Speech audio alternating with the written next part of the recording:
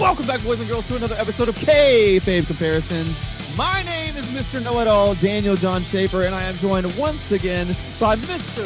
Wex, breaking the Lawson. Wex, how we living today, bro? Oh, you see right here, we're living good if you're seeing the video version of this. But if you're hearing the audio version of this, I'm also still living good, as you can hear the little getting ready for this. And goddamn, dude, Love it. This is going to be a good one. GCW Fight Club. I kind of knew what was going to happen going into it. I kind of knew what to expect, but then the unexpected always happens. Yeah, man. I mean, I feel like it's the debut. We're popping the cherry for GCW, as it were, on the show. It's GCW Fight Club 2021 going up against WWF's No Mercy 2001. Man, I mean, what a nostalgia. What a time. 2001, arguably the very tippy top of the business. Maybe a little bit before this was, but either way, we're still riding high at this point for sure.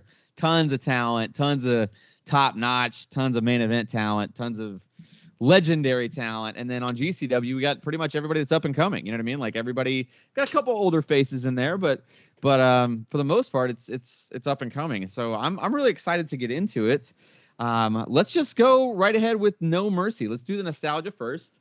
I thought the opening package for the show was great. I thought the production level was fantastic, as always. RVD looked like an actual child in 2001. I just forgot how absolute baby-faced he was back then. Dude, good Lord, man. 100%. He looks like, actually looks like Jean-Claude Van Damme a little bit right there. Like he has that young, chiseled jaw thing going still. Yeah, it definitely worked out for him at that point. I liked the set a lot, too. I thought it looked pretty modern and pretty nice. I thought they did a good job there. And then the opening match here is the Hardy Boys versus Lance Storm and the Hurricane for the WCW Tag Team titles. And I know I'm in the minority here, but I liked the WCW red logo, like that very last logo they had. I thought it would look pretty sick. I thought it was kind of decent. I don't know, man. I mean, with the WWF kind of like having bought them, and it pretty much all being guys that were in the WWF and the WCW titles, like being on the line, just kind of felt nonsensical. And then also having Lance Storm team up with the Hurricane just seemed, I mean, now that I think about it, with Lance Storm and then the Hurricane, they could have been like, I don't know, Natural Disasters Part 2 or something like that, which would have been funny. But yeah, I don't know, man. I mean, it was decent. It was pretty convoluted. The crowd tried to stay with it, but they were just kind of in and out. It wasn't great, man. I gave it 2 beers, maybe 2.5 at best. Where you at on this opening match between the Hardys and Storm and Hurricane? I'm not far from you. I thought it was just like a middle of the road. Like it was a solid opening pay-per-view match. It just kind of got you hyped up. But like you said, very convoluted. I know the crowd was kind of hard to follow with it, but you got to see all the Hardy hits, all the flips off the ropes, all the hand gestures and stuff. You got to see the cool Hurricane shit. You got to see a little Mighty Molly in there. It was just a little, it was more of a gaga match to pop the crowd for the beginning of the show, but that's pretty much, it did its job. You got to see, like I said, popping the crowd, lead up the moonsault, her getting involved, just getting those extra characters in the storyline involved. I think that's what they were trying to do here, but I agree about that WCW logo, and I love those tag belts, like the design of those tag belts. Yeah. No, I like the belts a lot too. I mean, the AEW tag titles are definitely based around those WCW tag titles for sure. There's no way around it. I mean, it looks really similar. I think they look that's a good thing. I think they look more like the ECW tag team titles, honestly. A little bit closer to the ECW ones, yeah. I don't know. I don't know. We'll have to do a comparison at some point. But, dude, just the last, minute of the match is what got me the most hyped up. It was like, they start doing all the hits, though. So, right there in the middle, a nice get-you-hype opener for the pay-per-view, I think. That's fair. Moving on, we had RVD, Regal, and Vince. They all kind of got some promo time, and it kind of kept the show moving, so I'm pretty good with it. The next match here is Kane versus Test. And it's big, meaty men slapping meat together. Match was not good. I don't think there's a single Test match on tape without at least one solid botch. And this one had several. It was forever long. I hated it. The crowd was super hot and absolutely loved it, though, which made no sense to me. I mean, they were super hot for it. I got to give it something for that. I can't rate it a dud. But dude, there's no reason the weapon should be used. But I mean, I guess it makes sense with Kane like beating the crap out of the ref at the end of the match, and they'd sold that part well on commentary. So I gave it a beer. And that's right where I'm at with it. Where are you at on Test versus Kane? I'm pretty much on the opposite end. I actually enjoyed this match. And I don't know if it was because the crowd was hyped too, but I don't know. No. Test, you're right. Test really doesn't have good matches, but Kane carried this match, and he just did a lot of cool. I mean, it was just power move after power move, and he was manhandling Test. Like, he fucking tossed him straight over the top rope like gorilla press style, and Test is not a small dude. I'm saying this was a showcase of Kane being a badass, pretty much. Right.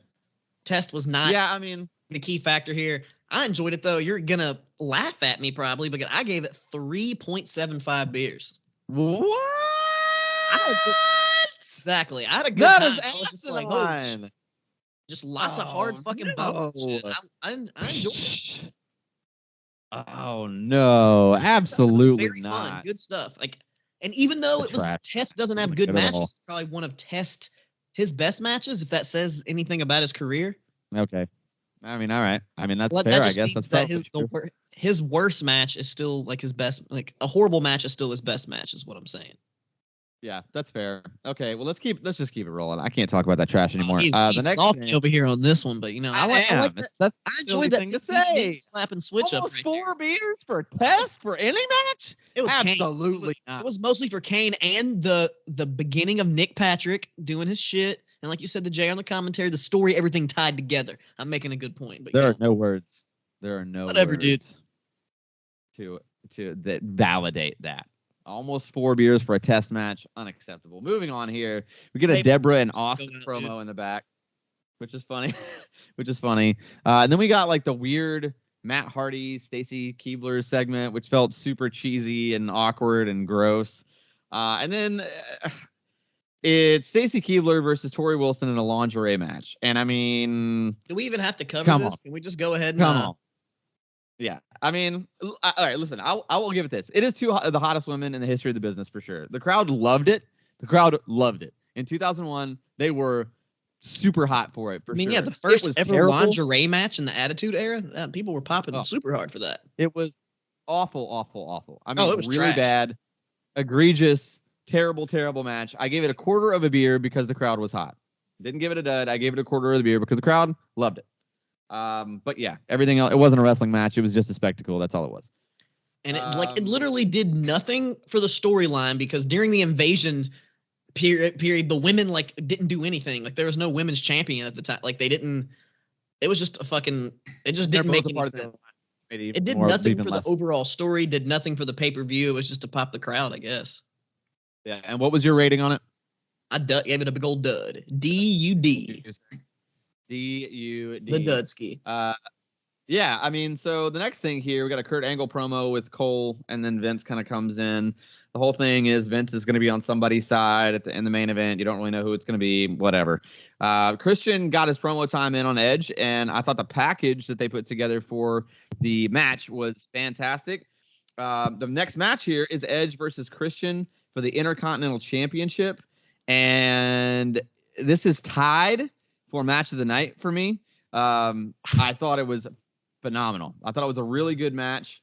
It wasn't the best ladder match I've ever seen, but it was definitely enjoyable, and there were some pretty unique and innovative spots that they pulled off. The bumps weren't so devastating, but they were really smart and really clever, and I appreciated that.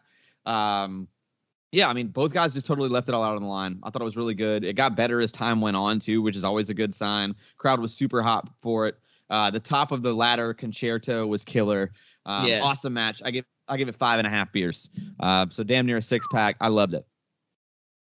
I mean, I'm almost right there with you. It's my second match of the night. It's my second highest rated match, if you get what I'm trying to say here. But yeah, 4.5 beers for me on this match.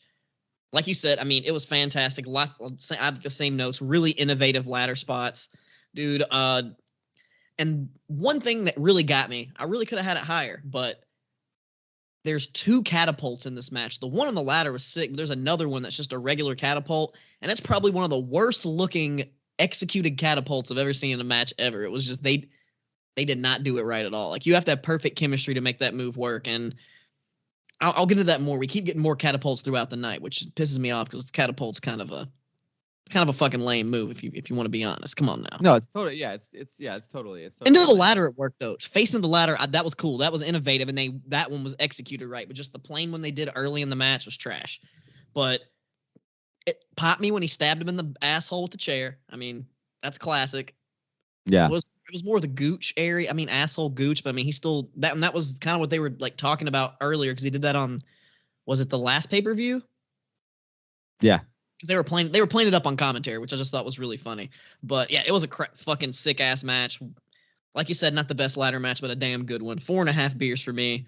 That concerto was fucking sick. I agree, man. I agree. It's good stuff. Let's keep it rolling here, though. We got Spike Dudley with one of the worst promos I've ever seen from WWF New York. I literally laughed because it was so awkward and bad. Yeah, moving on. The next match is the Dudleys versus Big Show and Tajiri for the WWF Tag Team Championships. The Dudleys pretty much dominate the majority of the match. They really just kind of beat the hell out of Tajiri. And Show got the hot tag and like kind of, had his little spots. But then, of course, the Dudleys took him out after some shine.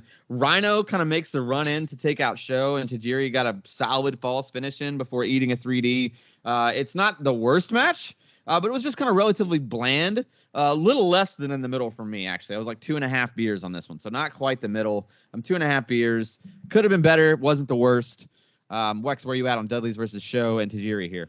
I'm literally pretty much right there with you at 2.5 beers. Like you said, it's kind of bland. It was just kind of like it felt like a filler it's white match bread to me. Yeah. It felt like a filler match, a thrown together team. I mean, technically there was a little storyline reason for them to be together because they both had beef with the Dudleys, but like Big Show and Tajiri, like when the fuck have they ever tagged before or after that? Right. No, Can you literally like? They just, I mean, you can't replace Spike Dudley. Like that's just that you just can't do that, and that's pretty much what happened here. But yeah. No, I agree. It just 2-point fizzle bizzers. Yeah, Rhino did get a quick promo with Regal, and then that was decent. But the old school like "Don't try this at home" was like super nostalgic for me. Like that old school like many have been battered, broken, bruised. Oh, yeah, dude. Whatever you do, don't try this at home. Like oh god, I just missed that. Like I actually missed that ad. Like. I remember the one, I know this is a few years later, like 3 or 4 years, the one that would always show of Rey Mysterio with his knee. Like that'd be the first clip it would always show is Rey Mysterio. I always remember that. I'm like, oh shit. And then now he's fucking doing fine somehow. I do want to point out, like during all the little interludes in the intro, this was like the beginning of the butt rock because the theme song to this pay-per-view is fucking Saliva. And you keep hearing, click, click, boom. So. This is the butt rock dawning in 2001 because I didn't even know this song was associated with this pay-per-view, but there you go. Fun little fact for you. I agree. Fun little fact and Wex breaking the Lawson's butt rock chronicle. Let's keep it rolling. We also got like a little test Booker T and Shane promo in the back, which was pretty solid. And the match here is Booker T versus The Undertaker. It's a fast-paced brawl. Booker T is just super hungry at this point, and it really definitely shows. They kept the crowd really engaged. I can always be pretty hit or miss on The Undertaker, but I will say that when he's got a very good opponent, his matches are usually really great. And this is what happened here. His match was great.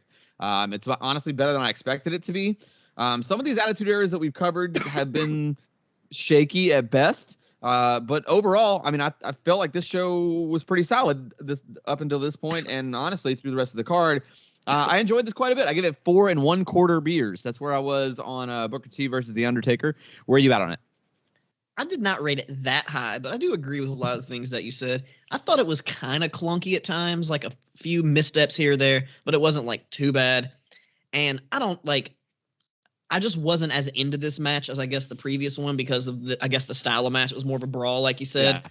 But I do like where the story played in there, how Tim White didn't allow the interference with the weapon because he was the WWF referee, unlike Nick Patrick earlier in the show. So, I mean, I did like that storyline, how they played that in there. What? Yeah. No, I just I just think it's funny the way you dropped that in there. I mean, I like that little nugget of storyline in there. But yeah, 3.5 beers for me. Like, it was still a pretty good match, above average. Yeah. Okay. All right. So I'm in 4.25. You're 3.5. That's pretty solid. Let's keep it rolling here. We got Jericho promo with Coach in the back, and it was great. The hype package was great. And this one is also, this is the match that is tied for my match of the night. It's Chris Jericho versus The Rock for the WCW World Heavyweight Championship. I mean, to be completely honest, this might be my match of the week overall.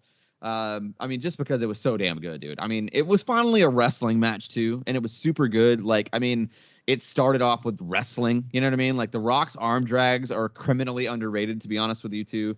The work rate was definitely there.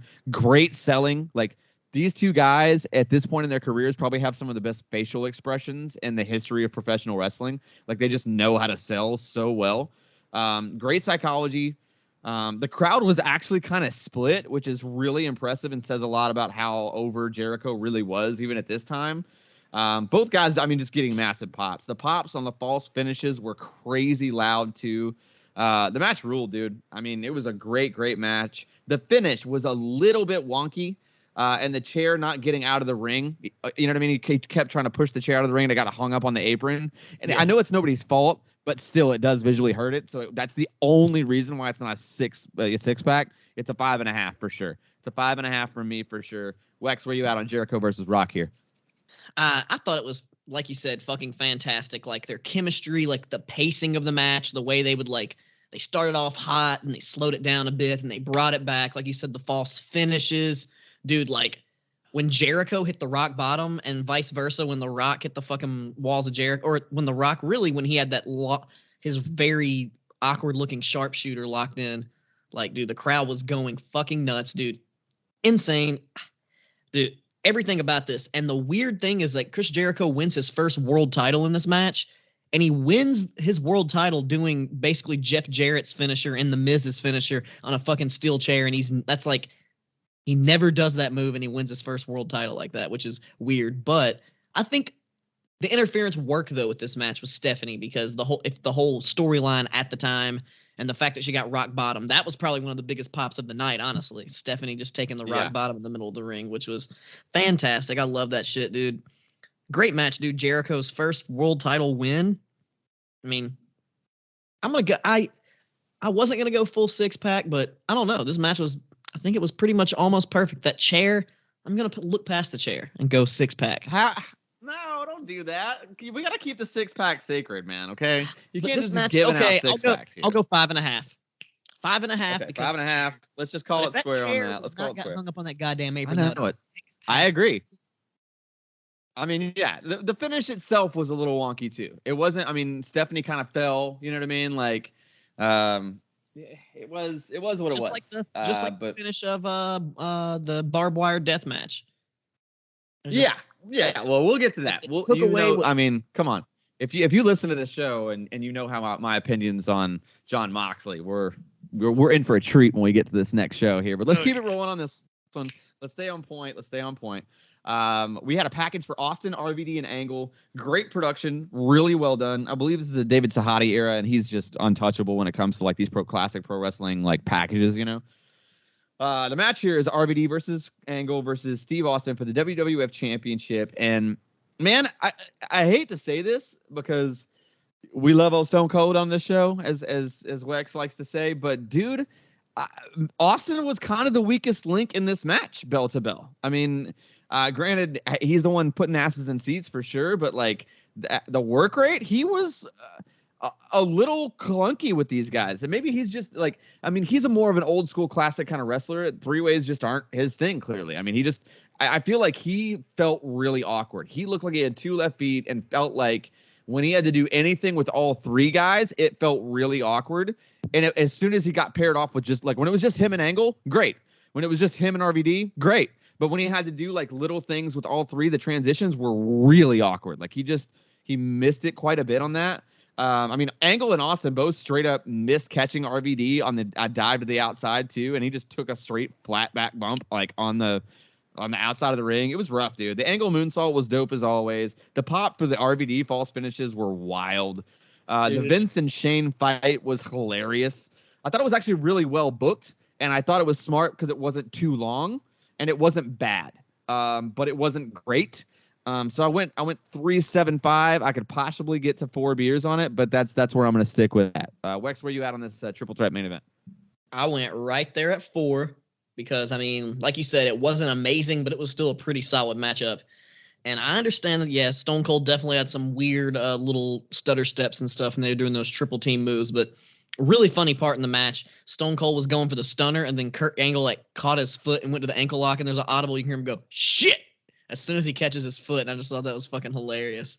Just super audible over everything. He goes, "Shit!" Yeah. And dude, like you said, those false finishes for RVD were super fucking hot.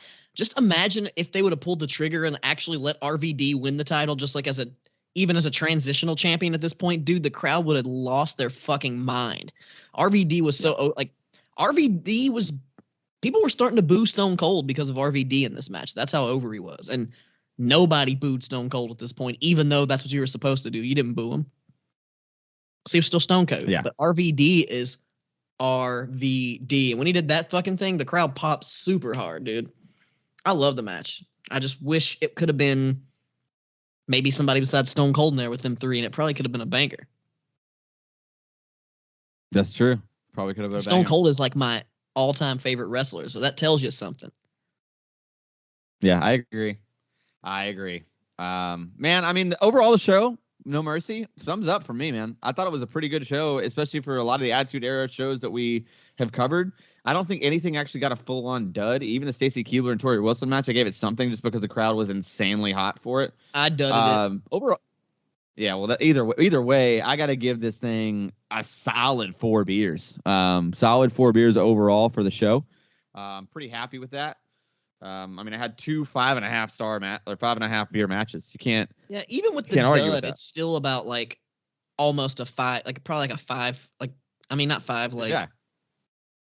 4, roughly 4. Yeah, I mean, 3.75, almost 4, close to that. Yeah. Yeah. That's a pretty solid show, especially for WWF, especially for WWE, especially lately. Especially for the invasion. But now we're on to modern shows. Oh, yeah, especially for the invasion. But we are into the modern show now that we're going to compare it to, and it's GCW's Fight Club 2021. The opening here it felt super, super 1994 ECW, straight up. That's what they're going for. Oh, 100% that's what they're going for. And I'll get to that too as well. I mean, I definitely want to bring that back up. But yeah, I will say the very first thing that I noticed, the commentary team for GCW is garbage. They are absolutely awful at their jobs.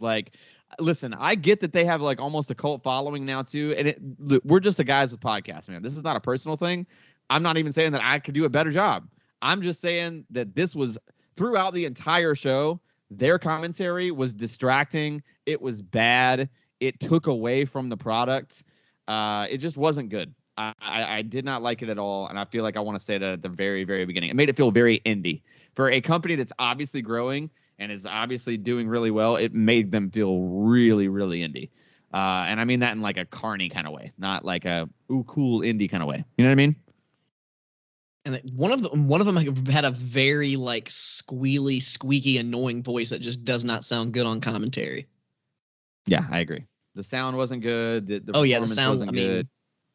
Yeah. I'm gonna go ahead and tell you now, Daniel. You are not the first person that's complained about GCW's commentary. Okay, good. Just go ahead and tell you that. I'm glad.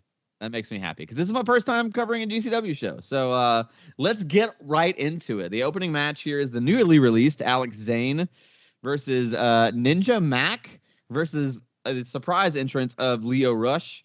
It's definitely fast, and there's a ton going on. I mean, Rush looked like an utter star for sure. And Zane looked great too. So they all looked good. Commentary was really distracting and just not even on topic. There were certain points in the match that they weren't even talking about the match. The match itself, though, was fast and good. The finish seemed a little weird. Maybe Leo missed a spot, or maybe they're running out of time. It just felt awkward at the end. But Zayn kind of gets the win with his version of the Crunch Wrap Supreme. And it's 3.5 beers for me. It's a little above average. The wonky finish, and then of course the commentary heard it. Where are you at on it? I'm actually a 4 beer, just a little bit higher than you on this one. And dude, just like you said, Lio Rush is so fucking fast, fluid, just on time with everything. He's definitely a superstar. I'm glad that Tony Khan talked him back into coming out of retirement and signing with AEW, and because AEW allows him to work shows like this, which is fucking sick. And I've never seen Ninja Mac before this, but dude, Ninja Mac is also fucking sick, dude. And one thing on commentary that did pop me is they called him Ninja Fuck Mac, which apparently that's what he sometimes goes by, which that's fucking hilarious. And dude, he doesn't look like he can do the moves that he does. And he was doing some fucking crazy shit. And I love how a part of his offense is he worked in atomic drops. Like he works works over people's assholes basically, which is fucking hilarious. And there was some sick shit, the 3-way Rana to fucking German spot, like sick match. It would remind me of like a classic X Division match. It was really good. Very fast paced. What was your beer count on it? 4. 4 solid beers. Yeah, I mean, I was 3.5. We're only half a beer off. Only half a beer off on that. Let's keep it rolling. We get Joey kind of cutting a basic indie promo after the match, and everyone is happy again. All right, wait, sorry, I messed that up. We actually didn't get anything after this. We went straight into the match, which was Joey Janela and Marco Stunt versus Chris Dickinson and Starboy Charlie. You know what? I'm gonna let you take the lead on this one, man. What did you think about this tag match?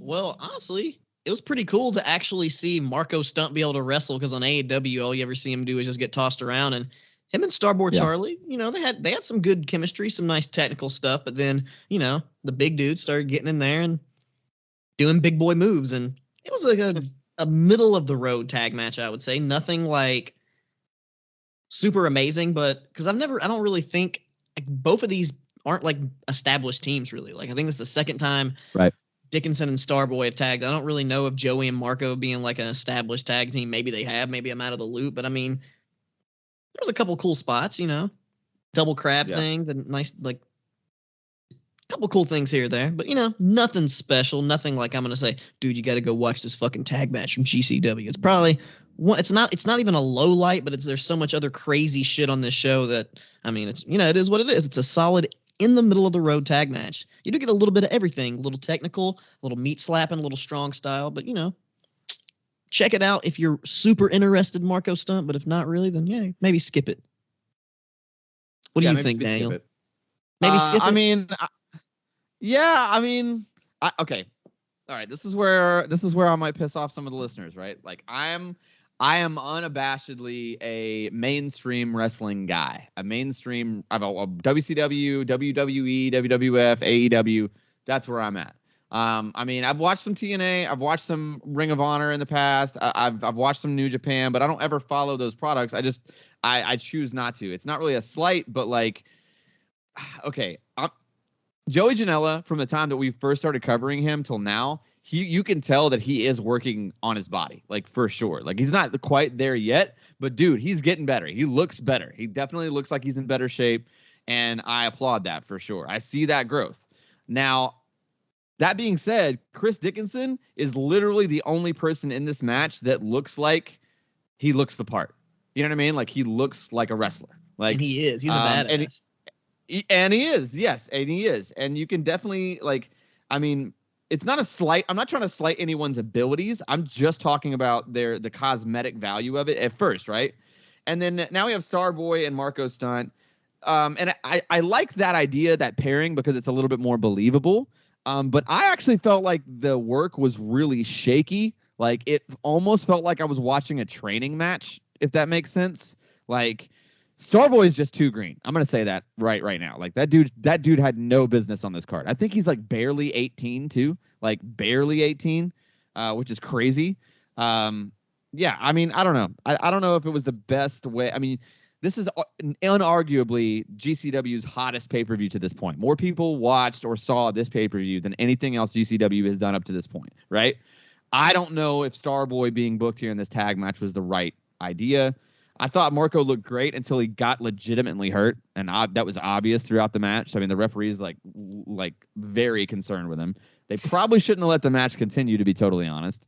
It is what it is.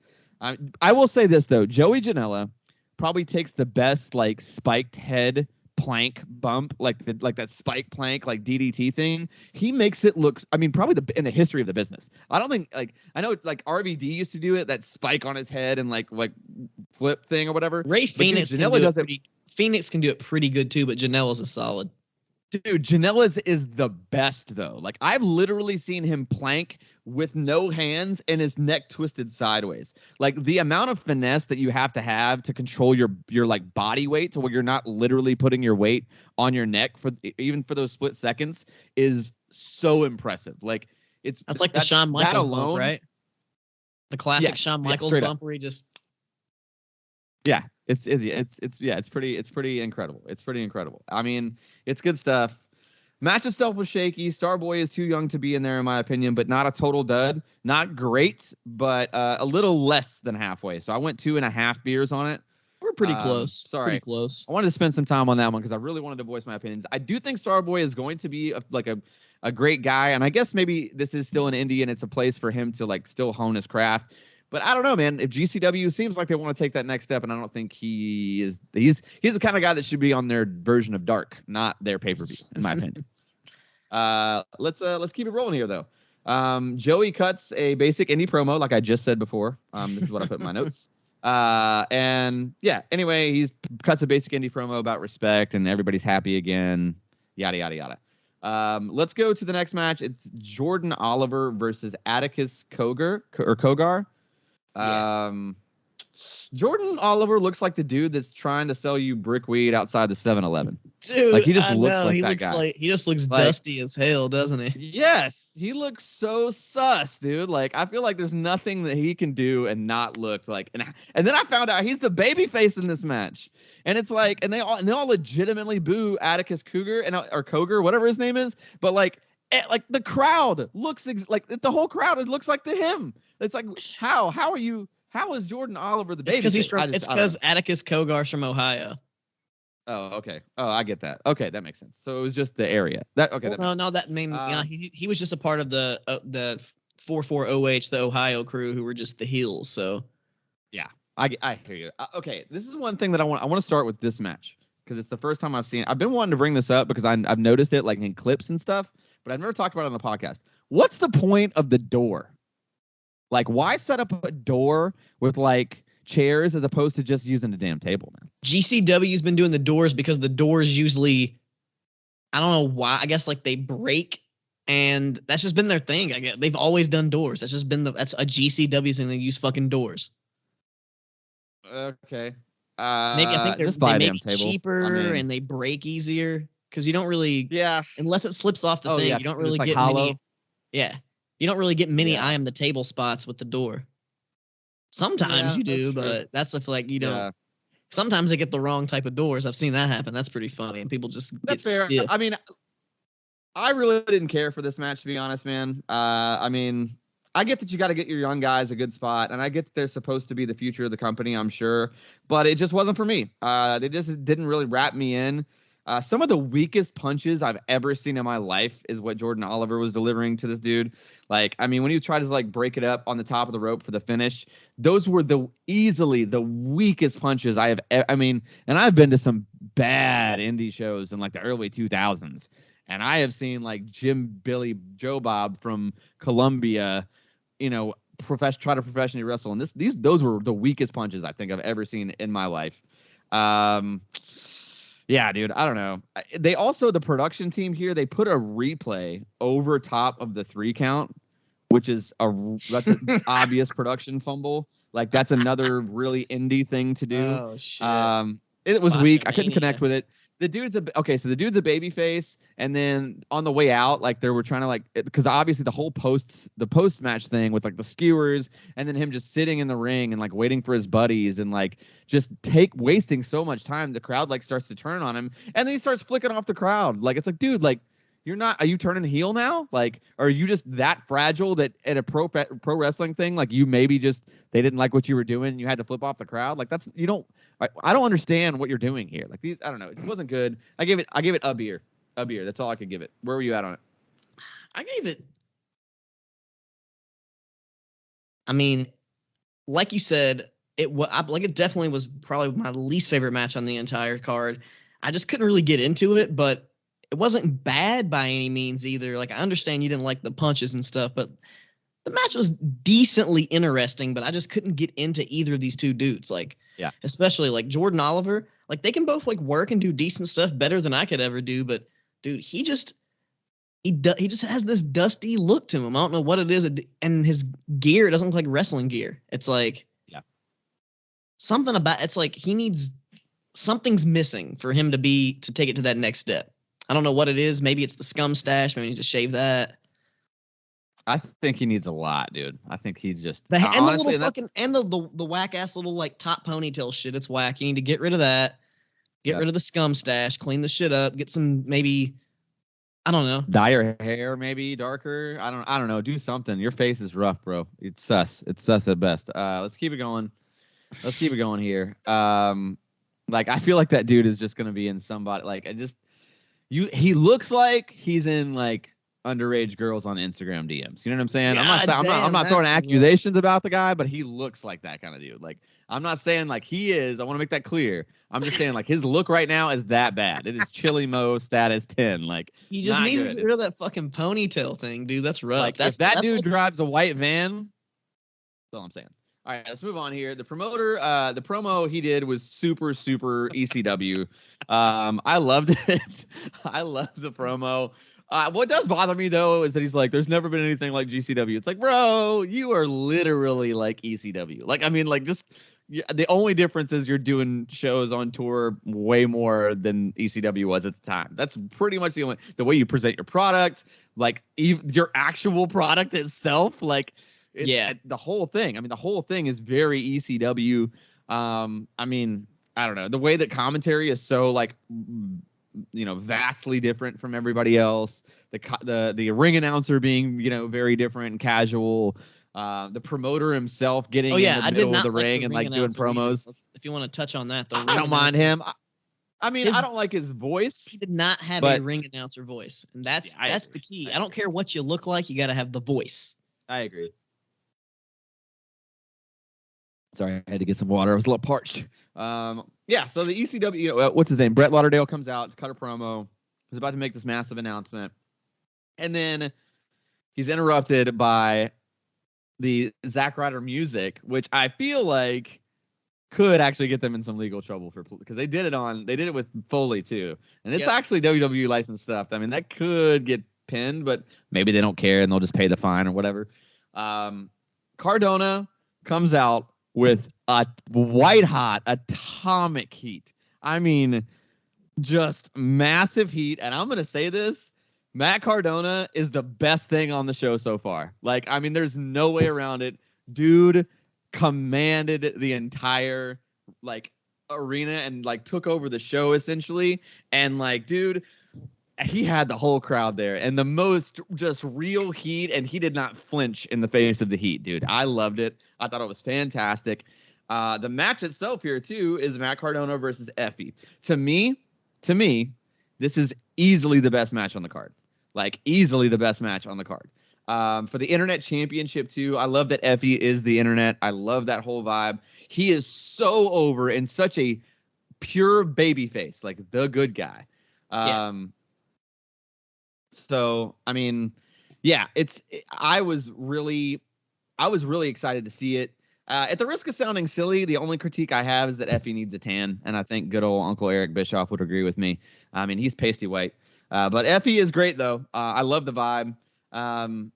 It's the first time in the show where there's a true babyface and a true heel. And it's undisputably like the hottest match on the crowd, like the hottest match on the card thus far. The match was great. It was real stakes on the line. Both guys are massively career over. I loved it. Versus title, right? Yeah, I loved it. I thought it was great. I loved the shitty win from Cardona. I loved that Chelsea Green getting involved there. I think that that's good business for everybody. It wasn't a Matt Classic. I'm not going to give it a 6-pack. But I think for a well-booked match on an indie card And with the amount of heat that the heel had, the amount of shine and like praise that the babyface had, I can't go any less than 5 beers on it. I just can't do it. I thought it was really, really, really good. My hat's off to GCW. Tip of the cap. This is definitely right up my alley. And even if I only get one match like this every pay-per-view, it's fine by me. Be diverse. That's cool. But you got to deliver me something this good every time, at least this good. Where are you at on it? I'm almost there with you, and a lot of the same points. I went 4.5 beers. And, dude, like you said, easily match of the night. Fantastic. They worked like almost like a WWE style match, but using all the violence and the weapons like freely as they can. Because it was kind of that slower pace style, but like that epic, slow paced. You know exactly what I'm talking about. And totally. Dude, like so much good selling from both dudes and their facials and like the blood made it more intense. And great, he pulled out the fucking headband and you think he's just gonna put it on him because he's bloody, and then no, he starts fucking choking him with it. Like brilliant heel move right there. And just like you said, dude, Chelsea Green coming out there clearly you could tell it was her from the get-go just because of what, the whole fucking body shape and what she was wearing. But, dude, that was so perfect, too. Great, awesome, like a great interference that actually plays into the match, plays into the story, and makes sense and doesn't take away from the match. Like, it was perfect. Effie, like you said, dude, Effie is great. I think one day he could be one of those people to take it to the next level. I don't know if the tan is the one thing he's lacking, but, dude, his gimmick, everything, about him is great. Like, dude, everything works. And I don't know what else I can say about this match, dude. Like, even the ref bump, that took everything, dude. The crowd was super hot. I loved it, dude. 4.5, almost the 5er like you. I mean, yeah, it's match of the night, easily, on this whole card. Yeah, definitely. I mean, there's blood makes everything more intense. And, dude, some of those chair shots were stiff, dude. Jeez, yeah. I mean, I got to say that, I know that we were so on the CTE train for a long time, and we got rid of chairs headshots in wrestling. And dude, I think CTE is important, and I think they should be done sparingly. But when they do happen, it's awesome. I mean, I'm sorry, but it's awesome. I know it's not great, but I respect the shit out of the wrestlers that know all the consequences that could come from that chair shot, and they do it anyway. That's just going out there and playing football, right? Taking a chair shot to the head. Yeah, absolutely. You know the risk, and you're doing it anyway. Yeah, so I mean, I get it. I like it. I also like that there's an intermission here for 15 minutes. I think that's a really cool idea. Another very old school kind of classic way. It also gives you a way to kind of cleanse the palate of the crowd without having to deliver a quote unquote let me up match or a popcorn match. Because the next match on the card was hype. We're coming out of the intermission, and essentially we're almost hitting the reset button. And so it made a lot of sense to put this here, but it's Jimmy Lloyd versus Dante Leon versus Gringo Loco versus ASF versus Braden Lee versus Calvin Tankman versus Thunder Rosa as the surprise. Yeah, I mean, dude, it's a big spot fest. I mean, it's the match, but I mean, that's it doesn't claim to be anything other than what it is. It doesn't really there's zero psychology. I mean, there's just none. But it's a live event attraction, and that definitely serves its purpose. There were, however, even if it is a spot match, in order for it to be great, all the spots have to be great, and there were some questionable spots in there for sure. I mean, overall, it was fun. And it wasn't super serious, and I'm okay with that. But there were some botchy spots in here for sure. Calvin Tankman specifically, which is sad because I love him. I think he's great. I actually have seen some of his stuff in Ring of Honor lately. Then he's really good. ASF, I think, is a future star too. That dude is really small, but I think has tons and tons of talent. The stuff that him and Thunder Rosa paired off and did, I thought was the best stuff of the match for sure. But yeah, I'm good with this spot in the card. And I'm good with the booking. Makes sense to me. I gave 2.5 beers total. You know what? I'll bump it up to 3 in the middle. Let's say 3 right there in the middle. Where are you at on this 7-way scramble? I mean, just like you were talking about, you know what to expect in these types of matches. They are literally called scramble fucks most of the time. Mm-hmm. So that's literally it's going to be a scramble fuck. It's just going to be a bunch of crazy bullshit. But I think they did a pretty good job because they would just pretty much all lay out, let 2 people go in there, get a couple spots, and transition to something on the outside. They did it pretty well, and it was definitely got the crowd back into it, got them really hyped up. I enjoyed seeing all the cool shit. Like you said, Thunder Rosa and ASF, they had some really good chemistry doing some really cool stuff, like some pretty cool stuff that I've never seen before, actually. ASF, he's really impressive. I agree. Maybe in a couple years, once he fills out a little bit, as JR says. Yes. Yeah. Because he's obviously very young, too. And I don't even mean like it's not even that I think he's too small. It's that like he literally looks like he hasn't fully developed yet. You know what I mean? Yeah, he's really young. His body looks young. Yeah. And it was cool seeing Jimmy Lloyd in like real gear. Like that's he usually just has like jeans and a fucking tank top, but this is like I liked it. Actual gear, and it looked pretty cool to see him. And yeah, I mean, he straight up looks like he delivers Domino's, but well, it really looks more like a Domino's delivery guy wearing actual wrestling gear. I'm sorry, I'm just shitting on people at a personal level at this point. That's not me. That's not who I am. I'm sorry, Jimmy Lloyd, if that's your real name. Who am I to say? Yeah. I agree though. Calvin Tankman's fucking sick. He's a beast. He had some pretty sick stuff, but there were some fucking super near botches and botches kind of. But yes, for sure. Straight I went 2.75, but I can go ahead and put it right there in the middle because it wasn't. Yeah, it did what it needed to do. For sure. I cannot say the same about the next match. Unfortunately, I was really hype on the entrances here. I thought the match was going to be great. It's Akira, G Raver, and Alex Colon, which are pretty much all deathmatch guys, versus AJ Gray, Mance Warner, and Matthew Justice, the second gear crew, if you will. Matthew Justice, a former NXT guy. Good old Manser, just loving that dude to death. I think he's fantastic. I didn't even know he was in a tag team at this point. And AJ Gray is undeniable in the ring. I mean, that dude is like, this track record and his matches speak for themselves. The dude can absolutely go. I didn't think that anybody on the other side was very good. I didn't think Akira was very good. I thought G Raver, to me, it makes sense that they're just deathmatch guys, because when it's just like time to wrestle and that's all you can do, they weren't the worst, but they were not good. I mean, they weren't good at all. So yeah, I don't know. I like AJ a lot. I like Manser. I thought Justice was okay. I think he's getting better for sure, but he still seems like he's not quite there. I just think the whole match wasn't very well executed. Commentary was just the drizzling shits in this match, especially awful.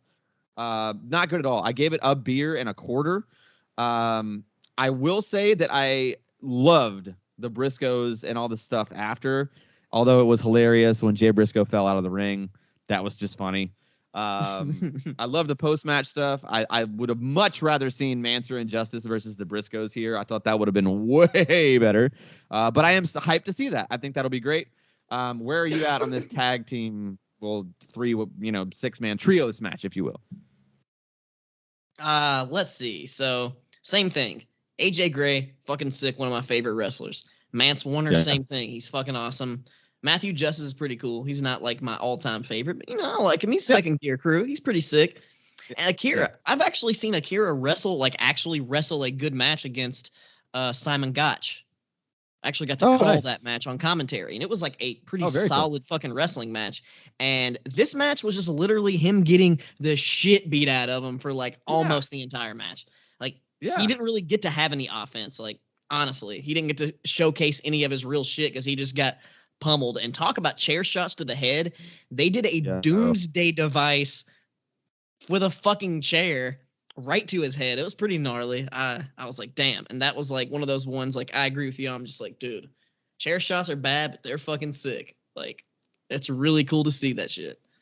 I don't know if that makes me all fucked up and want to see some brutality, but I don't know. They know what they're doing, and it's fucking cool. I'm glad they're doing it for my pleasure. But the match really wasn't that good because it just was him getting the shit beat out of him, just a bunch of bullshit. The commentary sucked, and I know all of these guys can put on better matches. Like, they just, like you said, bad booking, bad execution, because all these dudes are better than this, and the post-match was better than the match. Yeah, I agree fully. Because, dude, the Briscoes and, dude, just the idea of I just want to see Jay Briscoe versus Mance Warner. Yeah, that's gonna be great. I mean, the tag match will be great. I mean, the tag match between. I mean, and we'll definitely probably cover it when it happens. I think it's happening at the end of October. I'm not sure, but if it's on Fight TV, we'll try to cover it. We'll more on that later. We'll get into that. We'll talk about the schedule later. Let's keep it rolling here. You sent me a text earlier, and you said Shane Mercer is awesome. So I'm gonna let you take point on this. What do you think of Yo-Yo versus Shane Mercer here? Dude, I thought it was fucking sick. I haven't seen Shane Mercer since I saw him live actually in Nashville. I think I might have saw him like a tag match, like maybe here or there. But I saw him wrestle in Nashville not recently, maybe like a couple of years ago, whenever GCW did their debut at SUP with the same, the Basement East, at GCW at the Basement East. And some of those moves he did in the match, like the fucking tombstone moonsault that he ended the match with, he did that to the least favorable stunt brother, if you know who I'm talking about. Yeah. The old rapey stunt there. He fucked him up real bad in that match. And now looking back on it, it was pretty cool because I was like, damn, he really fucked him up. But like, yeah, good for him. But yeah, Shane Mercer and Yo-Yo, this match was just outstanding. Like Yo-Yo, like even though he's a smaller dude, he's like, they still worked it enough to where he still held his own and it like looked believable. But Shane Mercer working with small people, he just does the most outrageous fucking power moves. Like I said, a fucking tombstone moonsault, like a moonsault power slam. He did this move. It was like a double pup handle flip catch up into a spinning power slam. I was just like, Jesus fucking Christ, this dude is just, he's on another level. I guess I don't know what he's lacking, probably like mic skills, but in the ring, this dude does some crazy shit. I don't know if he could do all these same moves with smaller guys. I mean, with bigger guys or guys maybe on his size level, right. But God damn, this match was really good. Like, I didn't know, I've seen, like I've said, I've seen both of these guys wrestle, but I didn't know what to expect in this match, and it was fucking insane. I really liked it. I gave it 4 beers. It's tied for my match of the night, I guess, with the Effie one, but the Matt Cardona Effie one was like a whole different thing. Mm-hmm. Like it's a whole completely different style of match, so that's why I can't really say one's really better than the other. But dude, I enjoyed it a lot. I think you should go check it out. So I don't know, Daniel, what do you think about it? I don't know if you liked it or hated it. I thought the match was trash. I thought it was absolute trash. I didn't think it was very good at all. I really wanted to like it too, but it just wasn't very good. I absolutely hated the brawling in the crowd. The shots from Yo-Yo looked so weak. The spots on the outside looked awful. All of them. The sliced bread, the tornado DDT, the Rana. It looked like he was taking the most baby bumps of all time. Bad, just bad. Some of the spots were just risky for no reason, too. Like that triple pump handle thing, like that was just egregious. Like there's no, like to me, there's no, like it's almost like dude, for example, like why would you do that when you aren't going to use that with anybody else? Like why would you just do this one move with this really small guy that's clearly very small? I don't know. It seemed unnecessary because it's a GCW show. I want to see some crazy fucking shit, and he did some crazy fucking shit. I didn't think the crowd was into it either. I literally gave this 1 beer. I fucking loved it, but I guess I'm the minority at this point. But I loved it. I thought it was great. Well, I mean, no, dude, it's split, man. There's no minority here. It's just me and you, bro. It's just two-man booth these days, baby. It's split, baby, and it's a split decision on this match. Okay, well, let's keep it rolling. Let's come to the what everybody came here to listen to, right? It's before the match, we get the actual announcement that Brett Lauderdale delivered. And I will say that the production quality on the promo video was top notch. I mean, it looked like an AEW package or a WWE package or whatever. The production value of it was so good. I thought the video was great. Looked really great. The Foley promo was absolutely incredible. Everything he said, the crowd interacting with Foley was great. I mean, that dude on the mic is just definitely still got it. Still sharp as attack. And I loved it. What did you think about this opening package and the Foley promo? I thought it was fantastic. And the reason it's probably so good is because I'm not 100% sure about this, but I'm pretty sure Sick Nick Mondo helps do their videos, and he's the one who did the Moxley video and a bunch of shit. He's a former deathmatch wrestler who does video stuff now, and he's really good at what he does, and I can almost guarantee you he probably did this because he works with him pretty closely. Yeah, I agree. He's really good at what he does. I'm sure they mentioned that in commentary. I'm pretty sure. Oh, okay, then. Well, that makes sense. Well, yeah. One thing, right? Shout out to Sick Nick Mondo. He took a fucking weed whacker to the chest. I used to watch that YouTube video all the time back in the day. Classic fucking deathmatch wrestler. But yeah, dude, I really enjoyed that, and I love the addition of Mick Foley in here. It made it good, and I like how Matt Cardona was in that promo too. They definitely took advantage of that star power. Yeah, I loved it though. I love it. You know what I mean? Like I thought it was really well done. I thought Foley was right on point. I think that even there were a couple times in the he goes on to do commentary in the main event, and there were points when he was on commentary where he's like, "Hey guys, aren't you supposed to kind of lay out and let something happen?" You know, like I was like, "Oh, I love it. I love Foley just being like, hey, you guys are you need to tone it down." I thought that was great. But the match here is Nick Gage versus Jon Moxley. The entrances alone were crazy. The crowd was super hot. Gage's manager, Dewey Donovan, it was absolutely amazing with his facial expressions, like super old school, like Grand Wizard. I mean, like 80s style manager. Love that. I love that idea too. Because honestly, I don't think Nick Gage is very good on the mic. I think it actually hinders him. So if Dewey Donovan could cut promos, I think, you might have something there. It was, I don't know. Once the match starts, it's just straight up bloodbath. It's just craziness, man. I mean, this is just not. It's just not for me. I mean, I guess every now and then, when there's enough of an angle to lead to a bloodbath, like if there's a real feud with real stakes and a real personal vendetta, then I'm into it. I'm not squeamish. It's not like I don't like blood or whatever. Like I agree, the Effie thing, the blood. I mean, granted, there's less of it, but even if it had been that bloody, I would have been fine with that. That makes more sense to me. Like the Cody Dustin match. Dude, there's just a built-in storyline there, and that was an absolute bloodbath. And I think I rated that like 7-pack or something like that. I loved that match. I mean, that was a 69-pack, baby. Dude, it was so good. But like this match was just, I mean, I don't know. There was some sick bumps in there and some crazy spots for sure.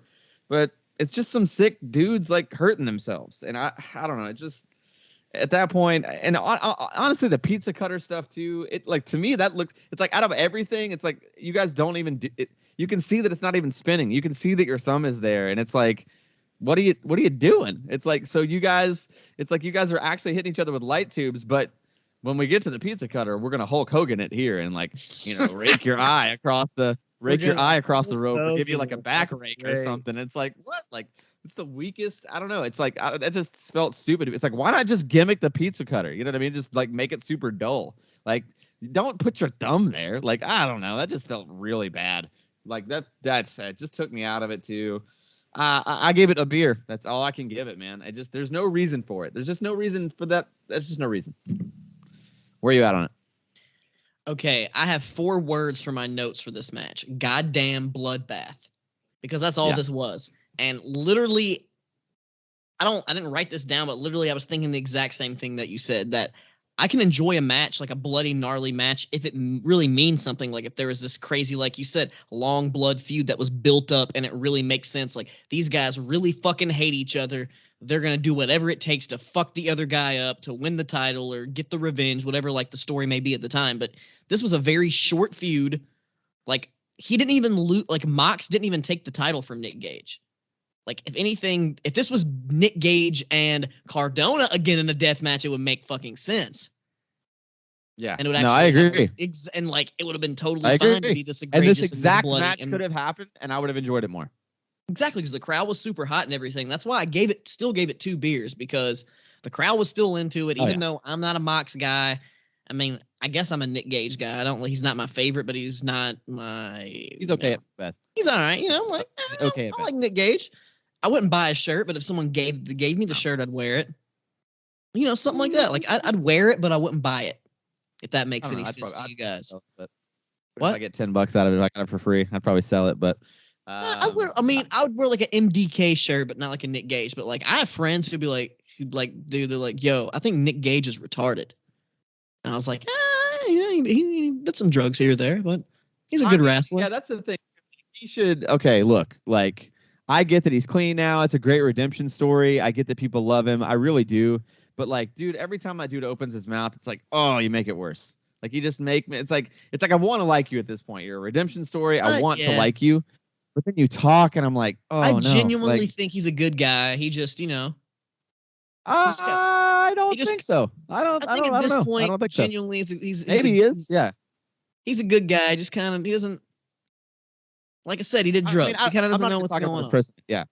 we don't know him personally. I'm not trying to talk about that dude as a person. All I can actually judge fairly is his wrestling and the product, and it's just not for me. Like, I don't think he's good on the mic either. I think that honestly though, like, I think that he had enough going in with, like, Dark Side of the Ring, and like there is this groundswell of people wanting to like him, and I'm down with that. Like, I don't think he's I don't think he's a bad worker. Dude, by any means. I liked his death match with Chris Jericho.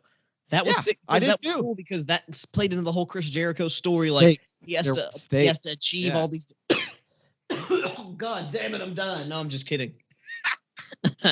But no, like it played into the story. It makes sense. Like, what me and Daniel agree that deathmatch, hardcore, bloody fucking brawls, whatever we want to call it, it only makes sense and it's only good if it goes with the story. And just if it's random, it's just like, like, why do I care?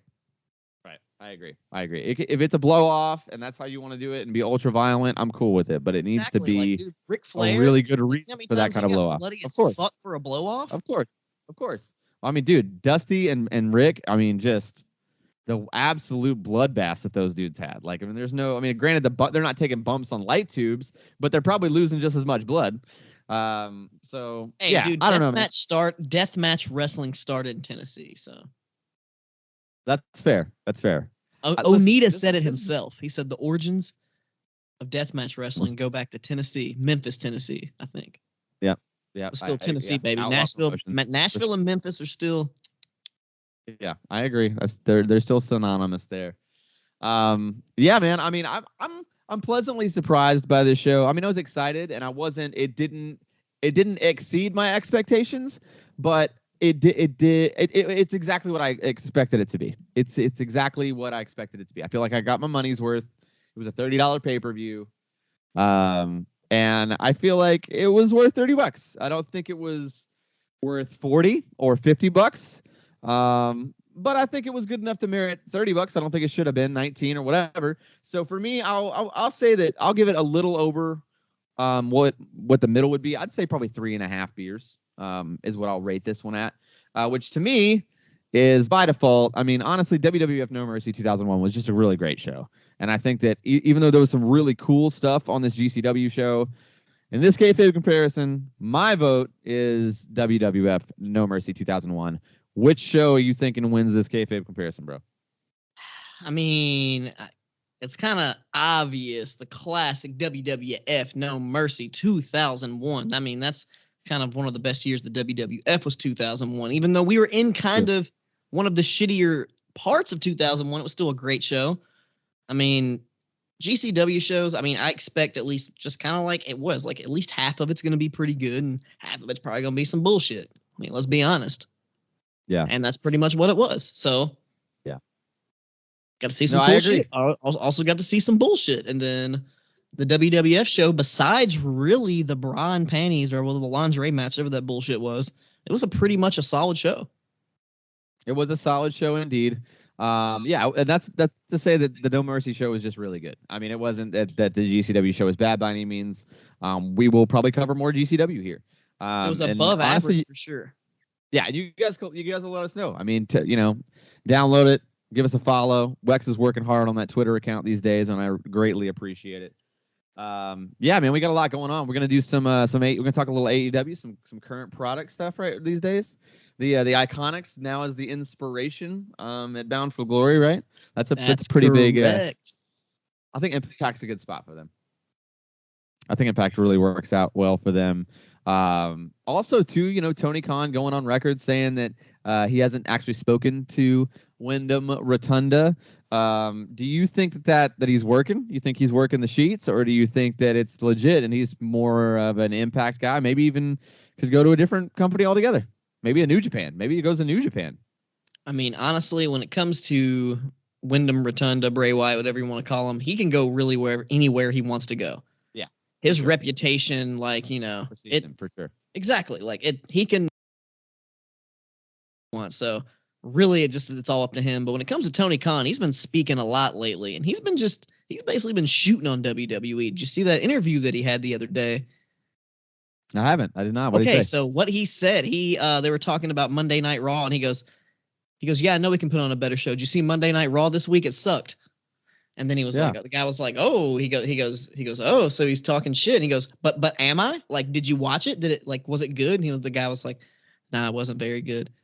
Yeah. It's like, I'm not trying to bury. I'm not just like speaking out of turn here. Like, I'm just calling a spade a spade. It's like, this is objectively a bad show. Like, I agree with him. And it was a horrible show. And I went to Raw 2 Mondays ago, and it was not a good show either. There was a couple good matches, but besides that, like, 2 matches is not a good show. I agree, especially for 3 hours. Exactly. 3 hours of 2 good matches. And he even specified, he goes, their go home show to their pay-per-view. Like, did you see it? It wasn't good. And like, their women's division, like, they're doing the whole Queen of the Ring tournament thing, and they're literally there's like a combined of 8 minutes of matches, and there's been like 2 or 3 like, they basically are giving the women no time and just disrespecting the whole thing, which is, thought it was the women's revolution. What happened to that? Yeah. I don't know. I mean, I feel like that totally fell apart for sure. King of the Ring is stupid and dead anyways. It hasn't meant anything in years, so honestly, I could care less.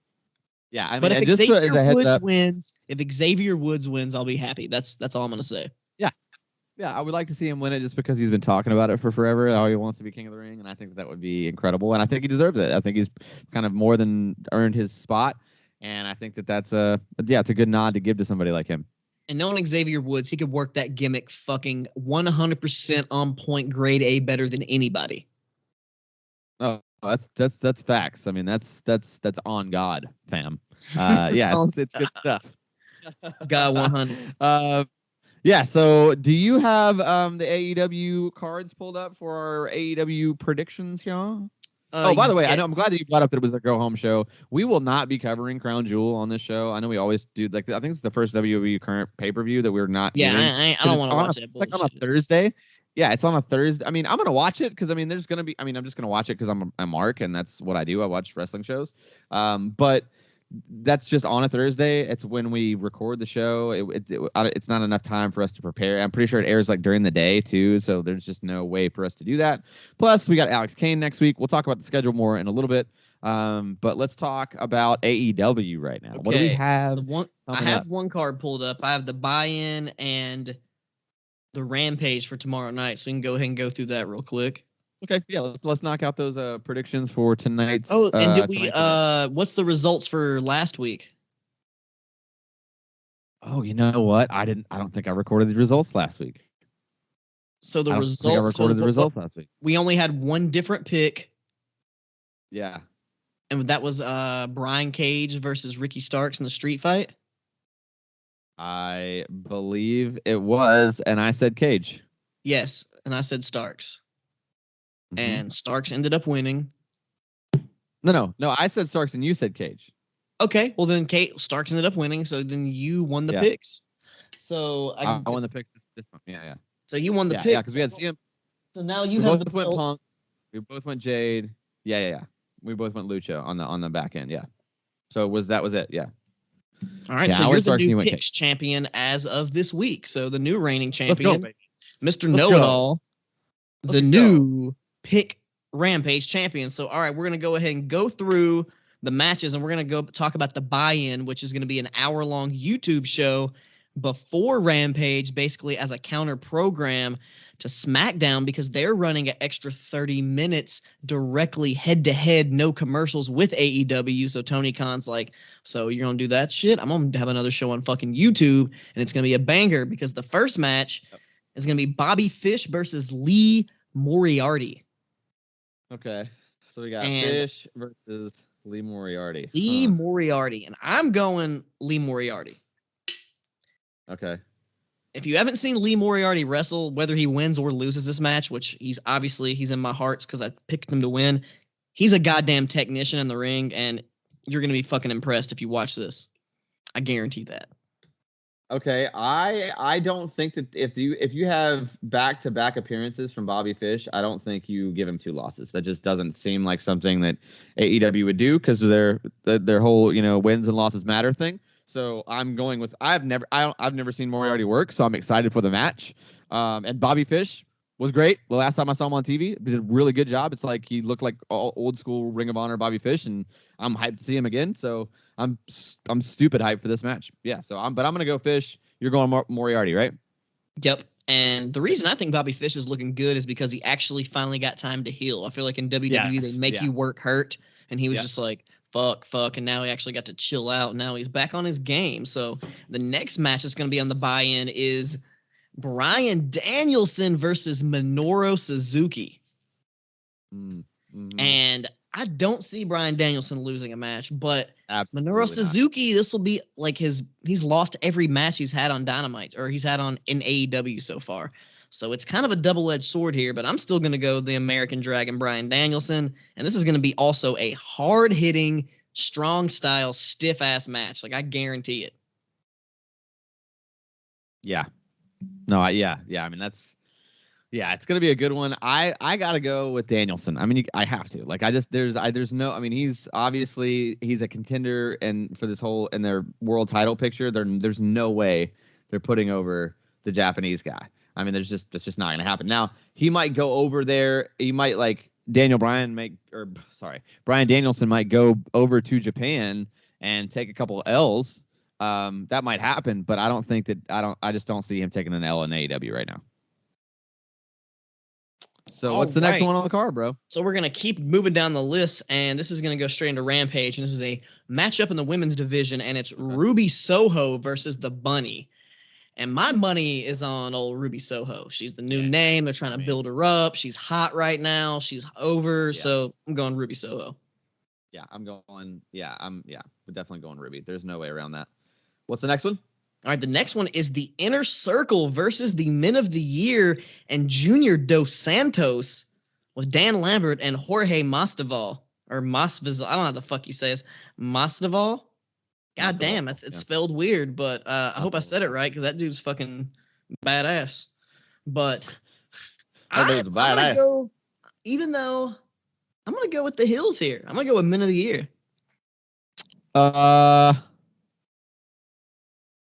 Ooh, yeah, that's tough.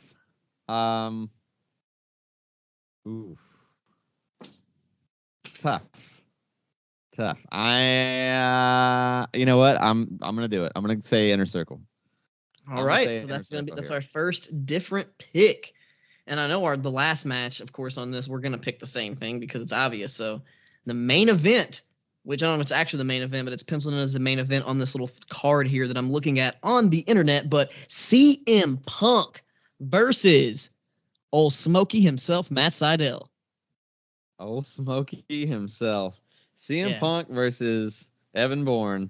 That's a WWE straight up 2009 match if I ever heard one. Dude, that's the Intercontinental No, that's the world champion going up against the tag team champion. Yeah, I mean, come on, we got to go Punk on this one though, right? Yeah, Punk, of course. CM Punk. Yeah, so gotta protect that image, baby.